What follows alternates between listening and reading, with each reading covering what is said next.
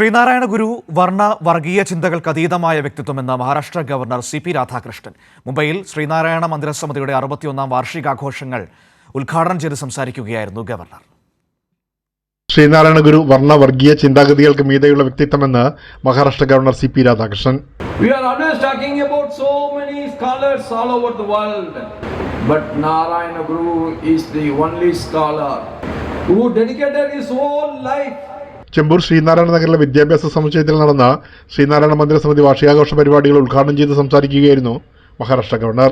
Once again, I thank everyone for all the contributions you have made to make this Samadhi the most successful NGO here.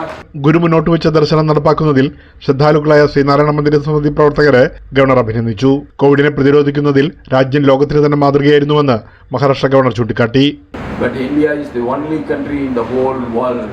We never run behind the patterning our invention.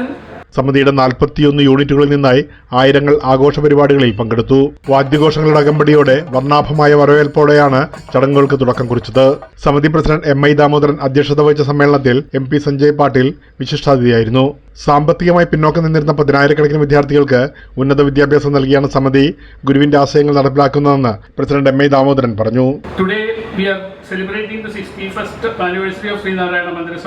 വിദ്യ കൊണ്ട് പ്രബുദ്ധരാകാനും സംഘടന കൊണ്ട് ശക്തരാകാനും ആഹ്വാനം ചെയ്ത ശ്രീനാരായണ ഗുരുവിന്റെ ദർശനം പിന്തുടർന്നുകൊണ്ടാണ് സമിതിയുടെ പ്രവർത്തനങ്ങളെന്ന് general secretary OK Prasad വ്യക്തമാക്കി.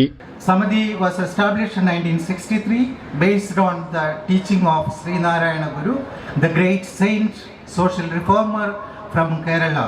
His powerful message, one caste, one religion, one God for humanity, and gain freedom through education, which we truly follow. വ്യവസായങ്ങളിലൂടെ അഭിവൃദ്ധിപ്പെടുക എന്ന ഗുരുവിന്റെ ആശയത്തിന്റെ ഭാഗമായാണ് ശ്രീനാരായണ ഗുരു കോപ്പറേറ്റീവ് ബാങ്ക് ആരംഭിച്ചതെന്ന് ചെയർമാൻ N മോഹൻദാസ് വ്യക്തമാക്കി. കൂടാതെ വനിതകൾക്കായി പ്രത്യേക പദ്ധതികളും സമിതി ആവിഷ്കരിച്ചിട്ടുണ്ട്. സമിതിയുടെ 61ാം വാർഷിക സ്മരണികയുടെ പ്രകാശനം ഗവർണർ നിർവഹിച്ചു. നാടകരചയിതാവ് NK തുറവൂർ, AS രാമകൃഷ്ണൻ എന്നിവരെ ചടങ്ങിൽ ആദരിച്ചു. മായാസഹജൻ സാംസ്കാരിക സമ്മേളനം നിയന്ത്രിച്ചു. പ്രേംലാൽ, കൈലി ന്യൂസ്, മുംബൈ.